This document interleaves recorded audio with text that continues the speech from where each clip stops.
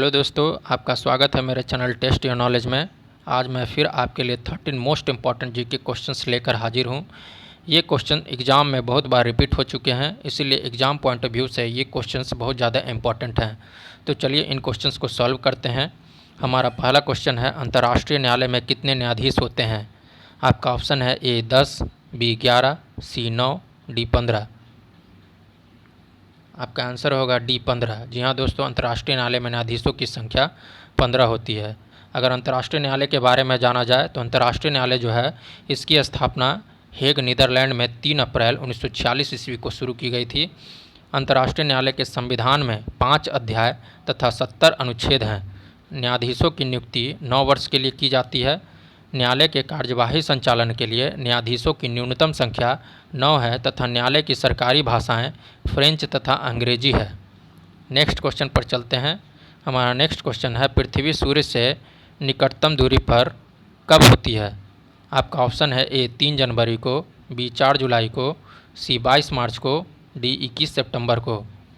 आपका आंसर होगा ए 3 जनवरी को। जी हाँ दोस्तों, पृथ्वी सूर्य से 3 जनवरी को सबसे निकटतम होती है। 3 जनवरी को सूर्य और पृथ्वी की दूरी जो होती है वो कम होती है। इसे क्या कहा जाता है? उपसौरिक कहा जाता है। इंग्लिश में इसे पेरिहिलियन कहते हैं। यह दूरी 9.15 करोड़ मील होती है और यही दूरी पृथ्वी और सूर्य से कुछ दूर चली जाती है 4 जुलाई को। इसे अपसौरिक कहते हैं, जिसे इंग्लिश में एपीहिलियन कहते हैं। यह दूरी 9.45 करोड़ मील होती है। नेक्स्ट क्वेश्चन पर चलते हैं। हमारा नेक्स्ट क्वेश्चन है, भारत को श्रीलंका से अलग करने वाला जलडमरू मध्य कौन सा है?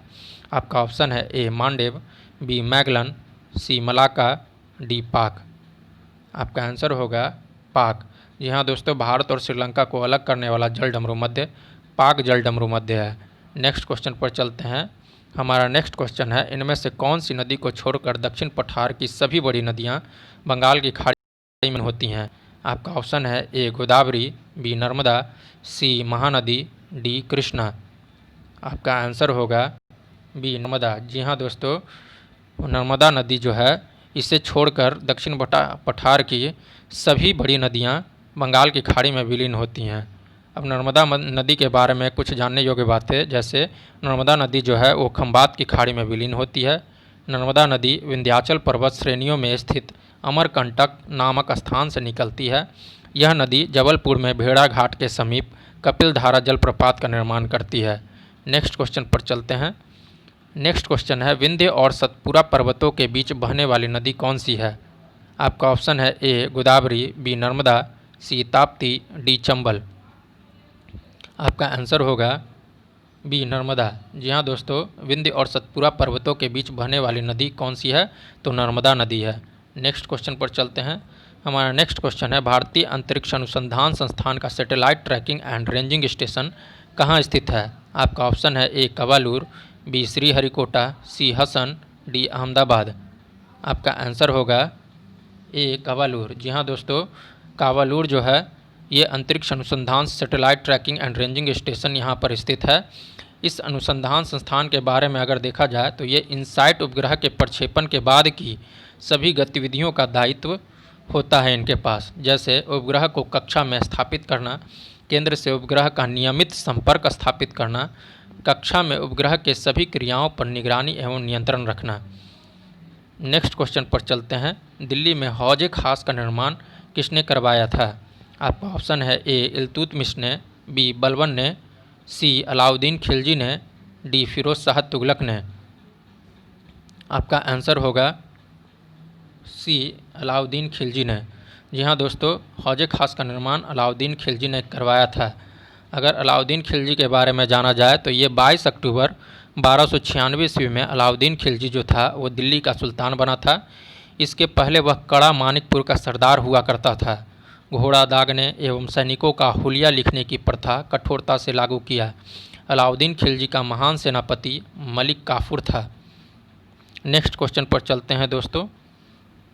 हमारा नेक्स्ट क्वेश्चन है, राजघाट बांध किस नदी पर बना है? आपका ऑप्शन है ए गोदावरी, बी नर्मदा, सी बेतवा, डी चंबल। आपका आंसर होगा सी बेतवा। जी हाँ दोस्तों, राजघाट बांध जो है वो बेतवा नदी पर बना है।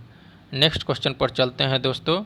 हमारा नेक्स्ट क्वेश्चन है, भारत की संघीय व्यवस्था में समवर्ती सूची का विचार कहाँ से लिया गया है?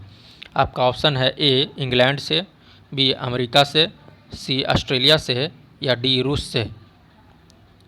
आपका आंसर होगा सी ऑस्ट्रेलिया से। जी हाँ दोस्तों, संघीय व्यवस्था में समवर्ती सूची का विचार जो है वो ऑस्ट्रेलिया से लिया गया है। नेक्स्ट क्वेश्चन पर चलते हैं दोस्तों। हमारा नेक्स्ट क्वेश्चन है, शारदा अधिनियम का संबंध किससे है? आपका ऑप्शन है ए बाल विवाह से, बी सती प्रथा से, सी विधवा पुनर्विवाह से या डी शिशु हत्या से। तो आपका आंसर होगा ए बाल विवाह से। जी हाँ दोस्तों, शारदा अधिनियम जो है वो बाल विवाह से संबंधित है। अगर इसके बारे में कुछ रोचक तथ्य, जैसे यह अधिनियम लॉर्ड इरविन द्वारा प्रस्तावित किया गया था। इस अधिनियम के अनुसार विवाह के लिए लड़की की न्यूनतम आयु 14 वर्ष तथा लड़कों की न्यूनतम आयु 18 वर्ष निर्धारित की गई थी। नेक्स्ट क्वेश्चन पर चलते हैं दोस्तों। हमारा नेक्स्ट क्वेश्चन है, जब आर्थिक विकास होता है तो राष्ट्रीय आय में तृतीय क्षेत्र का योगदान क्या होता है? आपका ऑप्शन ए बढ़ता है, बी घटता है, सी अस्थायी रहता है या डी सर्वप्रथम बढ़ता है फिर गिरता है। आपका आंसर होगा ए बढ़ता है। जी हाँ दोस्तों, जब आर्थिक विकास होता है तो राष्ट्रीय आय में तृतीय क्षेत्र का योगदान बढ़ता है। अब राष्ट्रीय आय क्या होती है तो इसके बारे में जानते हैं। तो राष्ट्रीय आय जो होती है, इससे तात्पर्य अर्थव्यवस्था द्वारा पूरे वर्ष के दौरान उत्पादित वस्तुओं व सेवाओं के शुद्ध मूल्य के योग से होता है। इसमें विदेशों में अर्जित शुद्ध आय भी शामिल होती है। नेक्स्ट क्वेश्चन पर चलते हैं दोस्तों। हमारा नेक्स्ट क्वेश्चन है, विधान परिषद के सदस्य के लिए न्यूनतम आयु कितनी होनी चाहिए? आपका ऑप्शन है ए 25 वर्ष, बी 30 वर्ष, सी 35 वर्ष, डी 40 वर्ष। आपका आंसर होगा बी 30 वर्ष। जी हाँ दोस्तों, विधान परिषद के सदस्य होने के लिए 30 वर्ष की न्यूनतम आयु होनी चाहिए। अब विधान परिषद होता क्या है? तो विधान परिषद जो है वो राज्य विधानमंडल के दूसरे सदन को विधान परिषद या उच्च सदन कहा जाता है। वर्तमान में अभी 7 राज्यों जैसे उत्तर प्रदेश, बिहार, महाराष्ट्र, कर्नाटक, जम्मू कश्मीर, आंध्र प्रदेश व तेलंगाना में है। विधान परिषद एक अस्थायी सदन है। विधान परिषद के प्रत्येक सदस्य का कार्यकाल 6 वर्ष का होता है। यहाँ प्रत्येक दूसरे वर्ष 1/3 सदस्य अवकाश ग्रहण करते हैं। नेक्स्ट क्वेश्चन है दोस्तों, चीन के सिक्यांग प्रांत और पाकिस्तान अधिकृत कश्मीर को जोड़ने वाला मार्ग कौन सा है?